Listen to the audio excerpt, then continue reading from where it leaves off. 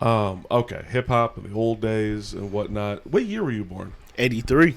83. Okay, so you really did come up in the golden era of Yeah. hip hop. Yeah, man. That's By amazing. by the time I was 10 years old, 1993, everything was pretty much busting at that time. Like House Party 1 and 2 was already out. Def Yeah. Jam was already busting. That era was great for me. And you grew up here in Chicago? Yeah, I'm from, and that's the thing. I mean, however we finna get into it, I'm gonna touch on that. Yeah, I'm originally from the South Side of Chicago. Yeah, south side of Chicago. We south side, west side, all that shit. Yeah. So you grew up out here, and what one of the stereotypes of the South Side is that everywhere's dangerous and the hood and Chirac and that whole thing. Yeah. Was that your experience growing up? Absolutely not, bro. Absolutely not. And yeah, so I'm originally from the South Side of Chicago, and when I came up here did the comedy scene, I came from being in the military, so everybody thought I was from where I was stationed at. Where were you stationed? My last duty station was Corpus Christi, Texas. Okay. So now I'm originally from the South Side of Chicago. I grew up off 102nd, right off Cottage Grove, up the street from Wendell Smith. I went to Wendell Smith. Across from Corliss High School. I went to Gately Park Day Camp back in the day. I went to Everline Park Day Camp. I grew up on 84th and Drexel, 65th and Rhodes. And like I didn't have a violent Chirac, like all that violent stuff is it's kind of like it's a culture shock to me because I didn't grow up like that. Everybody I grew up with, we had a dope childhood. And all these places probably now are considered the hood, but I didn't have that upbringing. Where do you think that comes from? Like where is that stereotype or perception of the South Side of Chicago coming from? That's hard because like when stuff got real violent in Chicago, I was gone. I had already joined the military. I joined the military in 2004. Okay, so you came back to what we now perceive as Chicago. Yeah. Okay. So while I was gone, so I want to say 2009. 2009 Chicago is when I started catching wind of how violent stuff had become. Because people was like, man, it's this going on, this that going on. They like, yo, rock. And at this time in 2009, I was literally in Iraq. Yeah. I was in Baghdad. I was real Iraq. I was in the real Iraq, and people write me like, "Yo, you in Iraq? Be safe." I'm looking at news. I'm like, "Y'all be safe." I'm like, "What's going on with my city?" So I don't know what the turn was to where everybody just became violent and unhinged. Like I can't relate to it because I didn't grow up like that from my childhood all the way up until like my young teenage adult years and my young adult years. I didn't see violence like that until after I left, and I'm started catching wind of everything just being crazy. Yeah.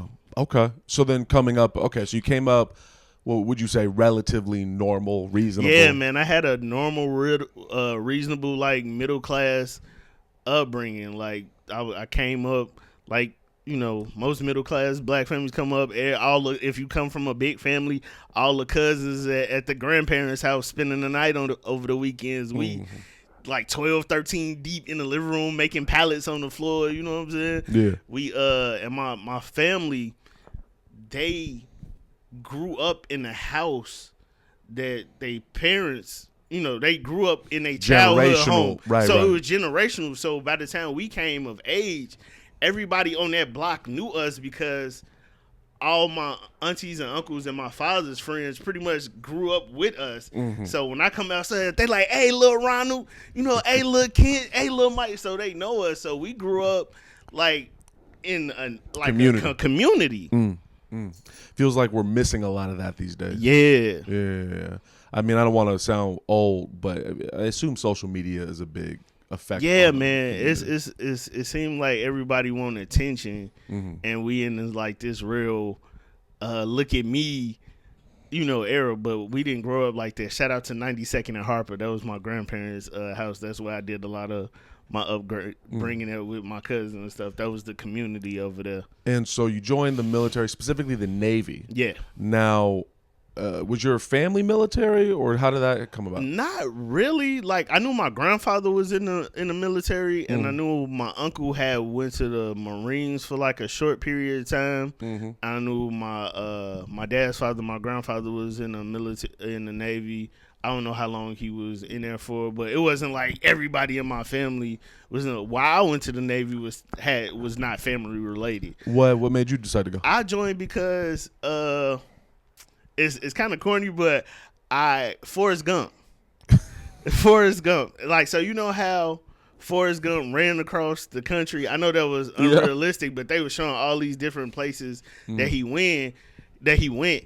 And when I graduated high school, I was trying to figure myself out, and I told myself, I'm like, damn, the world is bigger than Chicago. I simply joined the Navy because I wanted to get out of Chicago and see what else was outside of Chicago. That was it. And there was no disrespect to my city or nothing. I was like, I just want to get out and travel and see, you know, what else is out here. So after I saw Forrest Gump as a kid, I thought I could run across the country, but like just showing all the places he been, I'm like, damn, there's so much to see. So when I got older, I'm like, man, I'm gonna join the Navy because I like to travel. And before the Navy, I left the crib early. I went to this program called Job Corps. I don't know if people feel familiar. Job Corps is a government-funded program for kids who, like, at first it was for, like, bad kids who just didn't do good in school. So they created the Job Corps program, and it's from ages 16 to, like, 24, 25. But then as time went on, it became like a trade school institution type program. So it wasn't, because when I told people I was going to Job Corps, they're like, man, you finna get beat up. You finna go be with all these badass kids. But when I joined at 19, it wasn't like that. It was a real structured government establishment to help people really progress in life. So before I joined the Navy, I left and did that for like a year. And then when I came back, I'm like, I want to do something else, because like the job market, I was doing telemarketing and stuff. I'm like, man, I'm finna go sign and join the Navy, and that's what I did. Why the Navy? Why not the Marines or the Air Force? Because they the most traveling military. I didn't know that. Yeah, you're gonna go travel more than any other branch. And it was crazy because one of my homegirls, Ladarian, shout out to Poppy, she was joining the Marines. She was already in like this Marine ROTC program while we was in high school. So she already knew after she graduated, she was going straight to Marines. And around that time, I told her I was going to the Navy. She got mad because she wanted me to join the Marines with her. And I'm like, nah, man, y'all don't travel. Like, I want to see some shit. Y'all might get stationed one place and stay there for the fucking y'all whole career. I'm like, nah, I'm trying to move around. So the deployments in the Navy are great because you actually get out there and be amongst the people and get to hang out and embrace the culture. Like in 2005, at 21 years old, I was already in Dubai kicking it. Like, people making it dope now to kick it in Dubai. Like, oh, I went to Dubai. I was already doing that at 21 years old. I was already kicking it, riding camels, dirt bikes, and learning their culture back then. Yeah. That's a low-key flex, but what did you feel like you learned from your experience out there in these other cultures? Man, just a sense of pride amongst their people. Like, they're it's hard to divide them. Like, they're real structured. When you say who is the they we're talking about? Like, right, all the different countries I've been to, like Dubai, it's a real like I want to say Muslim. Okay. Muslim culture, and like just how they function over there. Like, they really take care of their people. That's had to be the cleanest place I've ever been in my life. Like, everything was clean, everything was spotless, there was no trash on the street. They got like a 0.3 something crime rate because everybody over there is taken care of. Like, they rich over there, they rich as heck over there, and they peaceful. Everything is unit based. Like, they're helpful and they look out for each other. Is Dubai, you're gonna have to, you know more about this than I do, so this may come off ignorant. what is their economic system? Are they capitalist, socialist, communist? I don't know politics like this, so I don't know what type of government they have. Yeah. But I know from what I seen each time I went over there, because I've been over there I've been over there multiple times, and each time I went over there, it was no sign of like struggle or violence or poverty. It was like even the janitors over there that was cleaning the mall and make sure everybody seemed like they was chill and living happy. Like I said, it didn't have no crime over there, so everything was dope over there. Like, I remember walking outside, I seen a red Bentley coupe with a baby seat in the back. I'm like, yo, this your family car? Like, get out of here. Yeah. You know what I'm saying? So it was that type of, culture shock over there. I was looking, I'm like, yo, this is crazy. Why do you think we don't seem to have that in America? I don't know, man.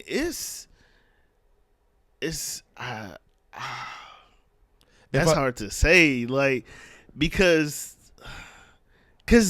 how like the other countries I've been to and seeing how they operate, it seemed like it's so easy to do. It seemed like the people have more control over their government, like that people actually have a say so. Sounds like socialism or communism, depending on the. It seems like their people have a big say so on how things run, so they able to live like that. Over here, I can't pinpoint because, like I said, I'm not into politics, but I see that it's like you can't please everybody. Everybody got, it's this, it's that, it's this, it's that, and a lot of those countries over there, they don't really necessarily deal with like a lot of racism over there either. Because when I came over there, that's what I was worried about. I'm like, man, it ain't that many black people on this ship, and we pulling in, but when we got over there, we got treated with the utmost respect. Yeah. To whereas, is that because you think that was because of your military, or do you think that was the culture? I think it was a little bit of both. Because I remember getting in a cab in Bahrain, and no bullshit. The cab driver was like, "You a black man, good, strong." Like, he told me this. Yeah. And I'm like, where did that come from? What race was this guy? Whatever Bahrainian, Middle Eastern, whatever. I don't want to disrespect nobody's race. So yeah, sure. whatever the race is in Bahrain is. But I got in the cab in Dubai and Bahrain, and they was like, "Oh yeah, black man, black strong," and it's crazy because all these different countries I've been to, they're so influenced by the hip hop culture and black culture. It's crazy. Yeah, they love it. They love it. Like, I remember it was a store. It was called the Hip Hop Store in Dubai. And it had they love our culture so much that it was a collage of like all these hip hop artists on the wall. It was like Mary J. Blige, Nas, Jay-Z, DMX. Then all of a sudden it was like a picture of Luau Dang from the Chicago Bulls in this collage. I'm like, y'all just like the culture, like, cause he does not fit on this wall. Yeah. Yeah, no, black American culture permeates throughout that's our greatest export from America, I would say. Yeah. I didn't realize that it reached that far, like really embraced like that until when I went over there. I'm like, yo. I have a theory, but we'll see. Though all of those countries are pretty homogenized, meaning like they, if you're in Japan, the people that live there are Japanese. Yeah. If you're in Korea, the Koreans live there. If you're in England, it's fucking British people. But in America, this whole melting pot idea, there's so many cultures and religions and belief systems that it becomes very difficult for everyone to get on one page, is what my assumption is as to why they don't seem, based off of what you're saying, why they don't seem to have the same amount of infighting that we do. Yeah. I don't know if that makes sense. Yeah, no. It makes sense. But because from what I seen, like, over there, like, if you didn't participate in a particular religion, then that was cool. Because not every female over in Dubai and Bahrain was covered up in a how you say it, hijab? Hijab, yeah. Hijab. Not every female was covered up like that. I'm like, oh, I thought all y'all was walking around over here. Like, no, some of y'all are free to do whatever. But and then it wasn't like they got, disrespectful, or people was like spitting at them or like disrespecting. They was walking around on the street free. Okay. So you did that for 14 years. Yeah, I was in the Navy 14 years. No, Bro. why? Long time. I don't know how the system works. Why stop? Why? I found comedy. Okay. I literally stopped, and I found comedy, and on top of that, I was tired.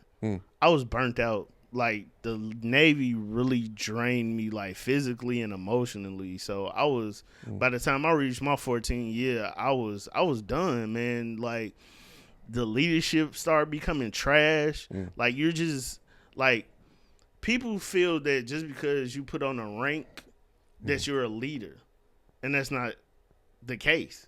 That's just like me putting a fucking S on my chest. That don't mean I'm Superman. I just got an S on my chest, and that's the way the leadership was. A lot of them cats, they wasn't taking leadership courses, and they didn't know how to talk to people. And I got tired of that. I'm like, you're not finna you not finna disrespect me. I don't tolerate disrespect on no level. So anytime I feel like I'm being disrespected, you gonna know. So that part was draining, and I was just tired.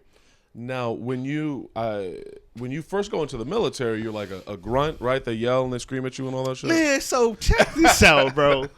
So when you first join up into the Navy, and since I'm out, man, I don't think it's exposing secrets, because I'm pretty sure people know whatever the fuck is going on in the military, they're going to try to act out Joe Navy and Captain America like, no, we're fighting for my freedom.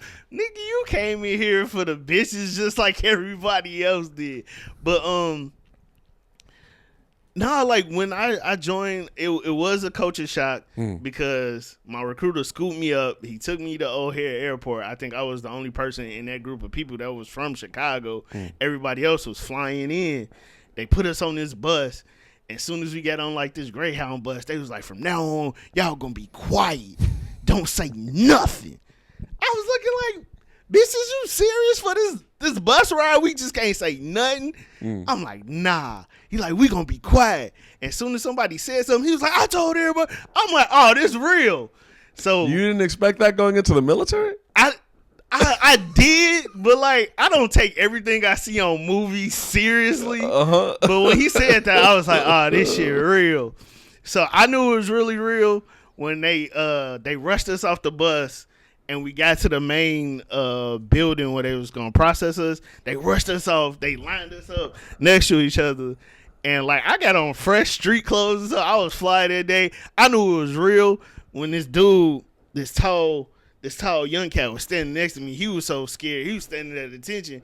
And you know, anybody know if you stand at attention too long and lock your knees, you'll pass out. He was so shook. He passed out next to me. But when he laid on the floor, he was still at attention on the ground. Yeah. And I'm like, yo, this is crazy. And that's when I seen like the military instructors, the what they call the RDCs, I seen them break character. Oh, and they actually got a little concerned? Yeah, because all that is it's a game. When you in boot camp, it's a game to get you to pay attention to detail and learn the military life. Like all them people yelling at you like, oh, you're a fucking chip. All that is a game. It's a game. They normal human beings who got wives and families and kids and shit just like we do. That's just part of the training. So as soon as he passed out, they broke character. They're like, oh my God. They was like, yo, back away from him. I'm like, okay, I see where this is at. So a lot of people were shook. It was a culture shock because when we finally got to our barracks, we were sitting, they had us scrunched down, sitting what they call like foot to ass. Okay, yeah. In this hallway. So like if we sitting down like this, so I got somebody directly behind me scrunched down, and we sitting there for hours, your legs cramping up and stuff. They finally take us to our barracks room. We get settled. We go to sleep. Boom, they wake us up at like 4 o'clock in the morning. One dude woke up. He was so scared he peed on himself. No bullshit. He hopped up and peed on himself. I was like, this is wild. So as a person that doesn't really enjoy being disrespected, to be in a space where the game is to be disrespected. Yeah. How did you handle that? How did you feel during that? I just put my mind in a space to where Real simple. Common shit. Just don't do shit to get yelled at. Interesting. Because at this point in time, the Navy was crossing over, and the military itself down the board was crossing over to be more family friendly. They was crossing over to be family friendly. Because I remember one dude, he got in trouble, and this big heavy set husky chief came in like, "Oh, you think this is a fucking game?" And he snatched the dude's ball cap off. He was like, "You don't deserve this." And he threw it at him and it hit him in the face. And dude was like, "What the fuck?" And that chief broke character again. And was like, "Oh shit, I'm sorry." Because at this point in time, if you did any physical, you can't hurt the cadet. You can't hurt the recruit. So if they did anything to like physically like hurt these recruits they was in, they had the power to write them up. That wasn't implemented then, but like after I, graduated boot camp and like I probably after my first year, like actually in the Navy after boot camp, all these cats that came after me was like, "Yeah, nigga, they can't do that to us. It's like we could write report chits on them." I'm like, "Get the fuck!" I'm like, "Get out of here," because we didn't have none of that when I was in boot camp. I'm like, as soon as we said something out of the turn, we was doing 1,000 push-ups. Yeah. So about 14 years in, you're jaded, you're done with it, you're tired of it. So when did you discover? How old were you, and how did comedy come in the picture? All right, so I always been a fan of comedy. I always been a fan of comedy. I was that kid that was, like I want to say most black kids growing up. I was attracted to everything black on TV. Living Single, Martin, any black show, especially seeing young black kids on TV that was doing work. But I always been a fan of comedy. Like my uncles and my dads are hilarious. I will watch Comic View because that was like the watered down version of Def Jam because they wasn't doing as much cursing. So I would flip between watching Comic View, then watch Def Jam when nobody around. So Martin Lawrence is my favorite comedian, hands down. Anytime you ask me who my favorite comedian is, who's your top? Okay, who's the top 5? We got and that changes so much. But because now I'm in the comedy game and I'm seeing how comedy works and stuff. So, but Martin is still on my top. It's Martin. I feel like Bernie Mac is a given because he is the king of not just Chicago comedy. He's a king of comedy. Any big name comedian will mention Bernie Mac. So it's Martin, it's Bernie Mac. That's where it gets hard. Yeah. Usually the first two. It's Martin, it's Bernie Mac. Shit. Martin, Bernie Mac, Patrice O'Neal. Okay. I feel like you can learn a lot about a comic based off of his 5 favorite comics. Yeah, so it's Martin, Bernie Mac, Patrice O'Neal, Bill Burr. I'll fuck with David Arnold. That's 5. Yeah, but it's so many that I could put in these spots, man. But the top, those are the 5 because I can name like 20 more. Yeah. So your kid, you see Martin, then what happened? I saw Martin, and it was crazy because when Martin came out, I was probably around in like 5th or 6th grade, and I was short. I was a little kid, had a high voice, but I would come to school and imitate Martin. Yeah. I would imitate Martin. That was a way for me to break out my shell because I was kind of shy. I was a shy kid growing up, man. I didn't want no attention on me at all. But if I was around my social circle, I was comfortable in that circle and I would crack jokes. And I always had a personality, but I didn't know how to navigate it. But Martin show, I would come and I would recite, scenes and act like Martin and stuff. And did people find that funny? I got a home, but I'll never forget this dude. His name is Joel Denson. He the one that was told me, he was like, "Boy, you come to school acting like Martin all the time." And then as I got older, I just really wanted to watch everything comedy, like even in high school. And when I went to Job Corps, I had that one scene from Martin's Run Tell that one bit where he the drunk dude talking shit to his wife. I had that bit memory. I'm like, yeah, fuck your macaroni and cheese. Like I would do that at Job Corps and have people cracking up. So when it came to high school, I'm coming into myself. And I remember this dude named DJ Bynum. Shout out to DJ. I did something in class, and he was like, "This nigga Rob gonna be a comedian," but I didn't know shit about doing comedy, so I discovered comedy in the military. I was a big fan, still a big fan of the TV show Power. Okay. And this is when Vine and Instagram. Oh shit! You good? Yeah. Okay. So this is when Vine and Instagram started popping, right? Mm-hmm. So I was like, I could do this. Yeah. So I started a Vine account, and I became fans and followers of like people that's famous now, like DC Young Fly. Mm-hmm. Like I was a fan of DC Young Fly before he is what he is now. For Like Pop I was following him on Vine like hard. And then Instagram came over, and then I started messing around with that. So, do you need me to help you set that phone back up? yeah, please, because Okay. I'm holding this shit. It's all good. It's all good. We were leaning it like this, kind of. Yeah. Okay. Yeah, it's cool. Appreciate you. you. Yeah. So once I got on the Instagram social media side, I did a reaction video to Power on a specific episode, and it went viral. Mm-hmm.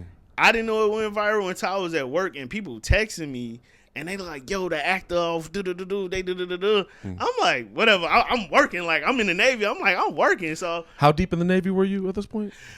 When that went viral, this was my last year. Okay. I was on like my 12, 13 year. This was my last duty station. So this was my last 3-year contract. So I was on my last 3-year contract. And you would have been about 25? 26? No, so I joined the Navy at 20. I turned 21 in boot camp. Damn. Okay. I turned 21 in boot camp. So by this time, I'm in my 30s. Okay. Yeah. So by this time, I'm in my, because I'm 41 now. Oh, well, I wouldn't have anticipated. Yeah, okay. I'm 41 now. So yeah, when that happened, I'm in like my 30s when this is happening. So it goes viral. Everybody's hitting me up. I'm reaching out to people. People are reaching out to me because it's blowing up. The whole viral shit going crazy. So I'm like, oh, okay. I got motherfuckers telling me like, oh, nigga, you need to leave the Navy right now. I'm like, I'm not getting no residuals or no check for this. I'm like, I just went viral. Like nobody reached out to me like, hey, you got a deal. Like it was just something that was dope for that time period. It did boost my following on Instagram. So I started doing more and more reaction videos. And then I did have people up here in Chicago reach out to me like, hey, bro, you a stand-up comedian? I'm like, no. I'm like, I don't know shit. I love comedy, but I don't know shit about writing a joke or doing comedy. So I had this cat named Twine Cruz and his wife, Kim. They were heavy on the Instagram side when Instagram was busting and people was getting their followers doing skits and sketches and stuff. They had a strong following. They reached out to me like, bro, because by this time, I'm getting a lot of traction. So I'm like, damn, what can I do to keep this going? So my little sister, to Ashley, that lives in California, she was like, you should do an open mic. I'm like, for real? She's like, yeah. She was like, go try it. I'm like, for real? She like, man, go do an open mic. So after she said that, I ain't go do an open mic right away. It took me a minute. I'm like, shit. All right. So one day I wrote like a quick 5-minute set, and I found an open mic in all this is happening in Corpus Christi, Texas. Oh, this is Texas. What year was it then? This is probably like 2016, 2017. Okay. So all this is happening in Corpus Christi, Texas at my last duty station. I found an open mic. It wasn't a comedy open mic. This was like a broad open mic. It was called the Executive Surf Club. And this open mic was mostly musicians. So I'm already nervous. And I can see that these people are regulars. So they got their little crowd fan base, and they killing it. It wasn't like they was bullshit musicians. They up there playing acoustic guitar, and they got bands and this and that. And I'm like, hi, my name is Rob. Like, I got up there like, my name is Rob. And I'm holding the mic tight. I'm looking down at my feet. Yeah. But I was able to project loud enough for the jokes to get across. And the dude that recorded me, he was like, oh, you pretty funny, man. You should keep going. So then I found an actual comedy club in Corpus Christi called the Mesquite comedy bar and pizzeria. So it's a pizzeria during the day, and then at night it's a comedy club. And I got good in with that circle of people. And for people that don't know, Corpus Christi is a small ass city. It's a very small city. Like when I was there, the black population was 3%. Okay. Yeah. All right. Yeah, it was 3%. I can picture it. It was 3%. Everybody was Mexican or white. Okay. So I got in with that group of people. The only black comics at that time was me, this cat from New York named Ray Too Funny, this old school cat named Old School, rest in peace to Old School, Mr. Wendell. His name was Mr. Wendell. And that was about it. Mr. Wendell. That's crazy. And so I got in with them. I would go every Tuesday, work out my set. And then I just got better and better. And then by 2017, I got booked for my first show. Okay. But in 2017, so all this is going on, going viral. I started doing open mics. My supervisor, shout out to Jonique, she encouraged me. She was like, if this is what you really want to do, she was like, do it. Yeah. And that made me feel good because I never got that type of encouragement for doing something outside the military. Was your family encouraging to all of this? Yeah. Okay. Especially my father, man. Rest in peace to my dad, man. I miss my pops, bro. Like, anything I did, my dad was 100% behind it. Like, even when I was going to the military, he was like, man, I'm going to miss you. He's like, but this is what you want to do. He's like, I'm proud of you. My daddy always told me how proud of me he was no matter what I was doing. That's amazing. Yeah. So when I got that feedback from my dad and he saw... And then I saw that my dad would post everything that I did on his Facebook page. So that boosted my head up. Mm-hmm. And so while all this was going on, I started selling T-shirts. Mm-hmm. I started making Make the World Laugh T-shirts because that was my name. I went by Rob Make the World Laugh. I got a question. Because this is a consistent thing I see amongst Southside and Westside comics. People that come from the Southside and the Westside. The nicknames. What's going on with the nicknames? Like, why make a nickname? I didn't plan on to. Yeah. I didn't plan. I was just going to use my name. But that was my Instagram name. That was my social media handle. And my homie from 5th grade named Lathan, he was like, man, I didn't know nothing about creating pages at this time. This is like, I'm showing my age because this is like how MySpace. Yeah, like I didn't hop on MySpace because I felt that shit was too technical. Like you got to add music, background, so I didn't know how to do that shit. So I didn't know how to set up like an Instagram page for real or a Facebook page for real.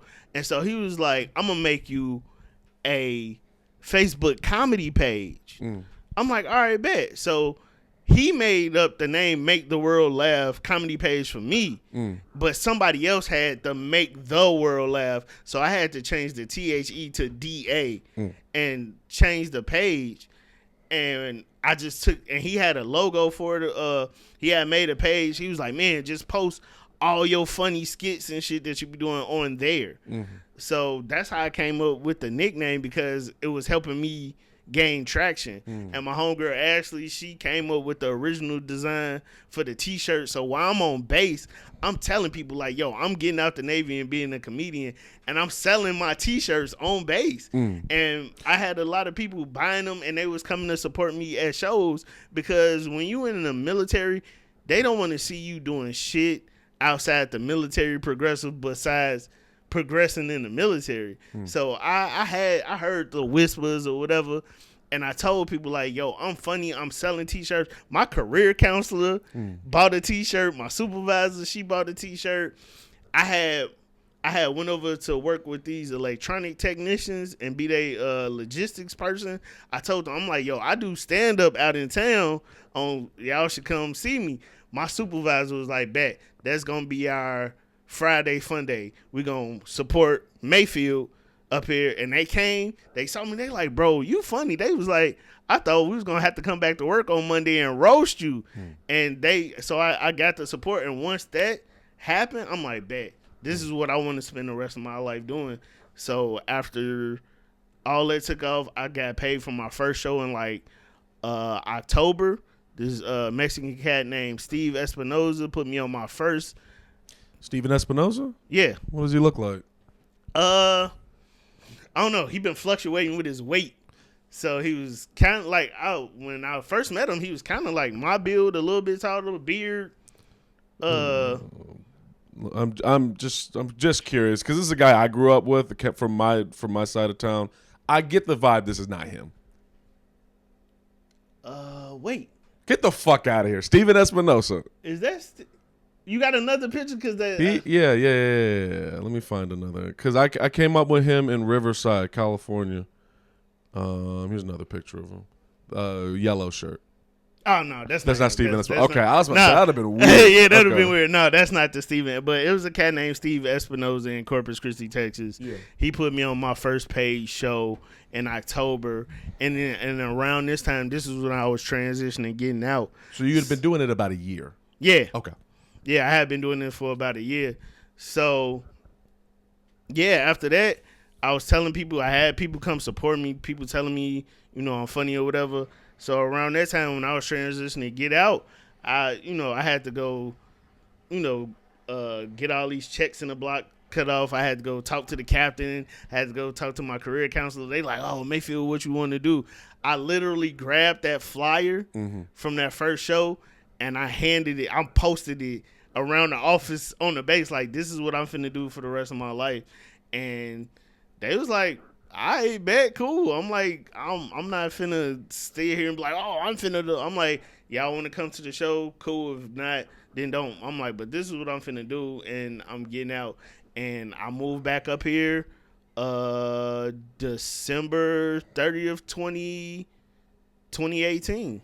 Okay, so you get out of the military, you decide I want to be a stand-up comedian from here on out, and you're in Texas when this starts. Why move from Texas to Chicago or back to Chicago? Why not New York or LA or stay in Texas? I just felt okay. So I'm missing pieces. Okay, so around the time that stuff is going viral for me, and I'm doing all these social media stuff. And like I said, I was reaching out, Twan Cruz and his wife reached out to me. And once I realized that I wanted to do comedy, I reached back out to him. I'm like, yeah, I'm getting out the Navy soon. I'm coming back to they was like, yo, come to the crib. So I'm like, bet, I'm going to come back to the Chicago. I ain't no shit. And plus I had a family. I ain't going to get into that. I got kids and the divorce. It was crazy. So we're not getting into that. No, we can get into that. Can I write that down? Yeah, we can get into that. Okay. But on the comedy side, while I was doing all this, Twan Cruz, I told them like, yo, I'm coming. I'm like, I'm actually getting out and coming. They like, bet, because we fuck with you. We fuck with your content. And at that time, Jess Niche, she would go live on her Instagram a lot. And I would talk to Niche through her Instagram. Okay. I don't know if she remember that or not, but I've been fucking with Jess Niche for a minute. And this is prior to, like, where she is now. Because, everybody know Niche is a superstar. But this is, like, that middle you know what I'm saying? This was, like, after the Jokes and Notes and, like, right after Kevin Hart did the Heart of the City and her Dick Gregory run and stuff. So I started talking to her in the middle of that. So when she would go live on her Instagram, I would just talk to her like, hey, my name Rob. I'm an up and coming comedian. So every time she went live, I would chop it up with her and shit. She was like, oh, well, when you come to the crib, woo, woo, woo. So all this is motivating me to just move back to the crib. So, and plus, I wanted to show my city that I'm funny. You know what I'm saying? I wanted to prove to Chicago that I had jokes too. So December 2018, I drove from Corpus Christi, Texas, all the way back up here. Okay. And then you came back and then you started comedy from 2018 till now. Yeah. So about 8 years. It'll be my 8th year in July. And how was quarantine for you? What did you end up doing? Quarantine was crazy. I was doing a lot of drugs. Yeah. Quarantine was actually pretty fun for me because I was actually still outside. I was the rebel. I was me and my close friend. I call him my twin because we do shit similar. It's crazy. So me and my twin, we was out. We found a lot of shit to do during quarantine. But I was doing a lot of Zoom mics. Shout out to Dario. This dude named Dario Durham, he was doing a lot of Zoom mics and shit. So I would hop on Zoom mics because I had that itch. I was like, I need to be doing something. Mm-hmm. And so around that time, I was just still staying relevant, just posting content and doing Zoom mics. Okay. So just life just kept moving on for you. Yeah, when I moved up here, I told Twan Cruz and his wife, like, yo, I'm up here now. He like, bet. B. Cole runs an open mic in Country Club Hills at this spot called VIP Bar and Grill. He like, come up here on whatever day. He was like, I used to host up there. He like, Famo, shout out to Famo. He was like, Famo the comedian host and B. Cole gonna be up there. Go up there. I'm like, bet. I go up there. I had my hot five ready. I knew this was the strongest five I had at the time. So I went up there. I had a dope set for that five. I felt like, I accomplished something. And in that same night, this is where I met Femo. This is where I met B. Cole and talked to him, let him know, like, bro, I've been watching you. I met Femo. I met B. Cole. I met Shakes that night. I met Lisa Laird, Corey Bell. I met this cat named Torrance Scale. I met a lot of, premier Chicago comedians in that one night. So that was dope for me too, because I still got that footage. I still got that set on my phone. So after I did that, Twan was like, come back the next week. So I came back the next week and I did the same set and it did not go over. I bomb. And it is not good to bomb when you go sit down and fucking Mike Simp comes up after you, man. That shit was crazy. Mike was like, hey fam, I don't know, he said some Mike Simp ass shit to me and I'm like, shit, I bombed because they was on my ass for a minute. But he ain't like really stay on me. He was just like, hey man, maybe this ain't for you. Woo. But I respected him for that because I went up there and the shit didn't go over the way.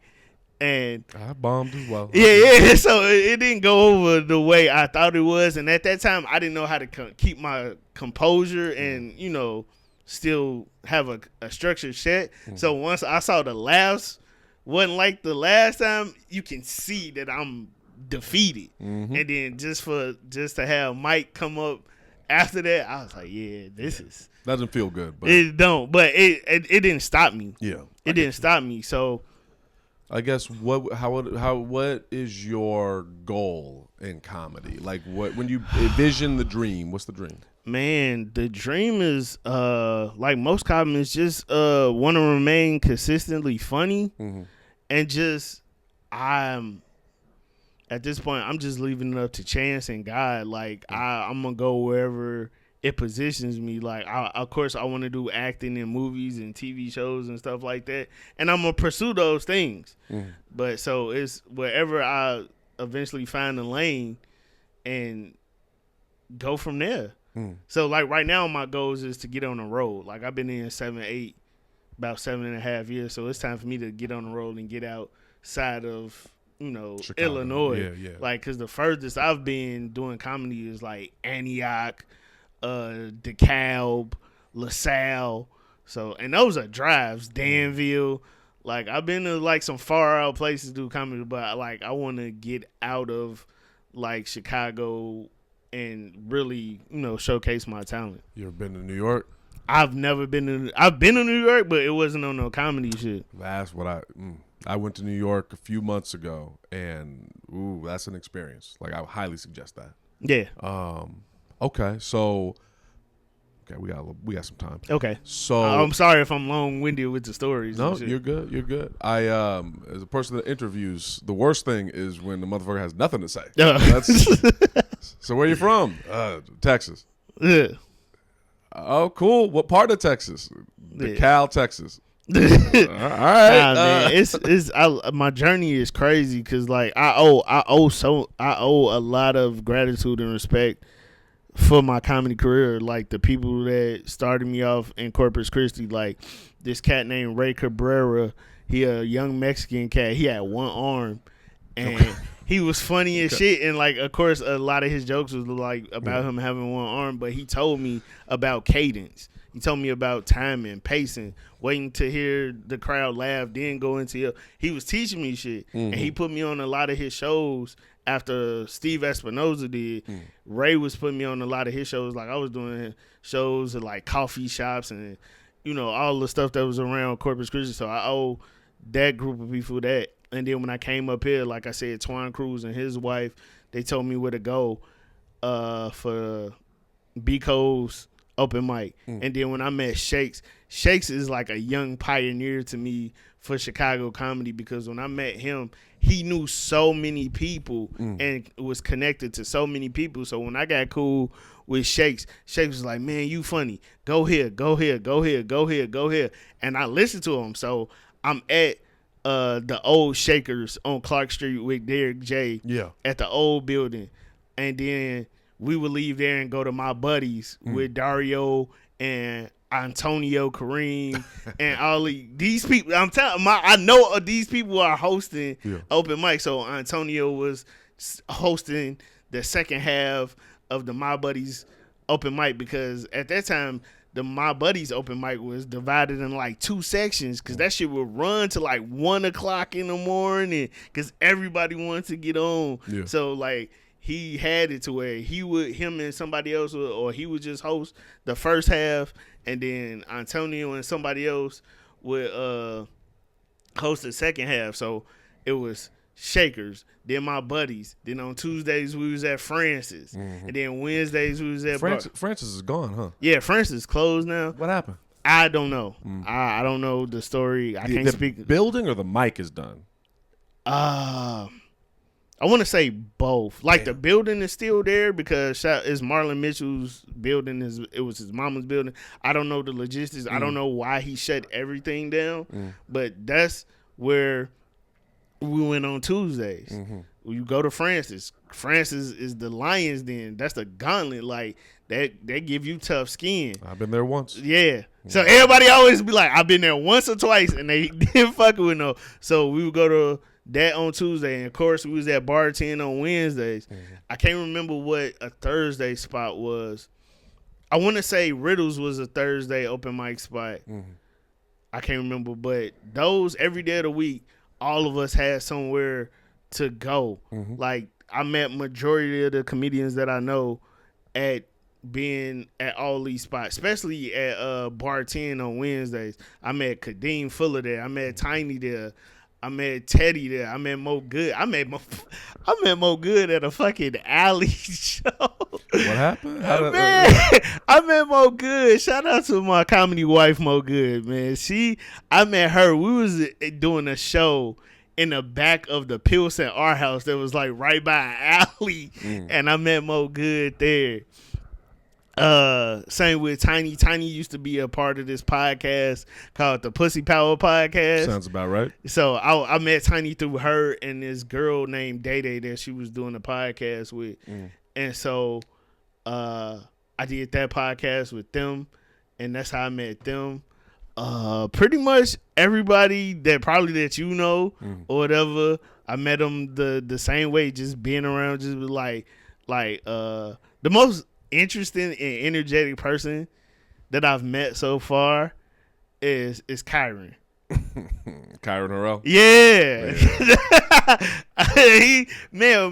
me, Kyron, Kadeem, TJ Stokes, and Kadeem's wife. I can't never. What's her name? Audrey. Is it Audrey? Andrew. Yeah. Andrew. I'm sorry, Andrew. Those my people. We did a show like way out in like some white peopleville place. We was the only black comedians. We did it in like this parade. They blocked off the streets for us to have this sidewalk street show. We was the only black people there. Kai got on like a bicycle and put on a MAGA hat. Oh, Kai snatched this little kid's MAGA hat on and put it on. I'm like, yo, Kai is on something else. Yeah, he's a human. You were saying that there's I've interviewed a lot of people that you know. Yeah. What any particular people that stand out to you? Everybody, because everybody's progression is great, man. Everybody that you interview, they're making moves in this comedy game. So especially when I saw you with the Polaroids, I'm like, that's dope. That's some nostalgic shit. So like nobody in particular just stood out. It was just I'm very happy and proud of like where everybody's at now and where they're going, because I feel like we all on this journey together, because I've been doing shows with these people for the past 7 years. Okay. So to deviate a little bit from comedy, and then we can wrap it up after this. Yeah. When did you get married? Oh, shit. I got married in 2007. Okay. So I was married. All right. So I was married about 10 and a half years. Damn. Yeah. So I met my ex-wife after my first deployment in I came back to 06. My cousin scooped me up. He like, oh, nigga, you home. We finna go out and kick it. And at that time, I thought I was balling. Like, I had bread on me. I was single. You know, all that overseas pay, they don't tax. When you go overseas, you get your full check. You know what I'm saying? They don't tax when you cross the equator or whatever. You getting all that money. So I'm like, I got the stack on me. You know what I'm saying? So I came home feeling like I was balling. And we went out and kicked it. And how I met my ex-wife, my cousin, we going trying to find different places to kick it at. It's a chick driving next to us. He like, man, she found this. I'm like, who? Y'all both flying down like Stony Island or something. And he rolled down this window. Hey, where you going? She like, I'm finna go, da-da-da. He like, all right, give me your number. And he caught that shit while he was driving. He caught her number out the air. Fast forward, we meet her. Her name was Danielle, and we meet them at some lounge, the Crocodile Lounge or something. And my ex-wife was sitting there, and I started chopping it up with her. We dated for like a year, and then got married after that. I told her, I'm like, man, because at this point, I was living in Virginia. Mm-hmm. At this time, in 07, I was living in Virginia. I'm like, man, next time you come to visit me in Virginia, we're going to get married. Why? I was young. She was 5 years older than me. I felt like I could learn a lot from. I did. I learned a lot from an older woman from the west side of Chicago that grew up with 9, 10 brothers and sisters, and she been on her own and independent since she was 16. So I did learn a lot. It's just that her attitude and shit as we was married. I told you I don't do disrespect, bro. So we was bumping heads on a lot of shit that I felt like as a married couple we shouldn't be arguing this much about the shit we going through as a family. Like, this is ridiculous. It's almost like you trying to play both roles. It's like you trying to be the mama and the daddy, and I'm not on that. Like, you not finna keep disrespecting me like that for real. When you say disrespect, what do you mean? Like, what can I get an example? What is a disrespectful act to you?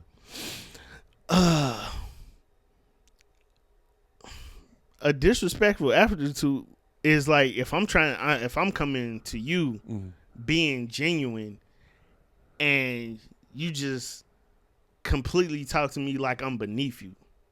So condescending, like that's what I consider disrespect. Like I'm a man just like you a man. You're a grown woman, I'm a grown man. We can talk about this, but you don't have to talk to me like you're talking down to me. I don't appreciate that. Like, I got a voice and opinion too, whether you like it or not. We can still talk about it. Yeah, I dig it. You know what I'm saying? You ain't got to curse me out and do all this extra shit. And then you do you think she's ever gonna watch this? Probably not. Probably not. Like, she lives in Arizona now. Okay.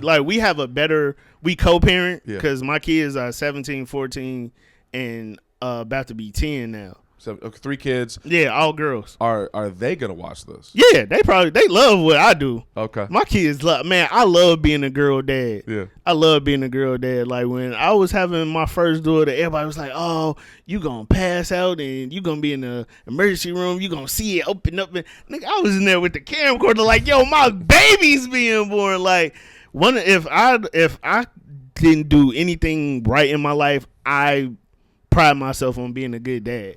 Like no matter what me and they mom went through, because she was definitely acting like the jaded divorced wife, like, oh, you ain't never gonna see the kids or doing all this extra shit. But I'm like, that don't matter.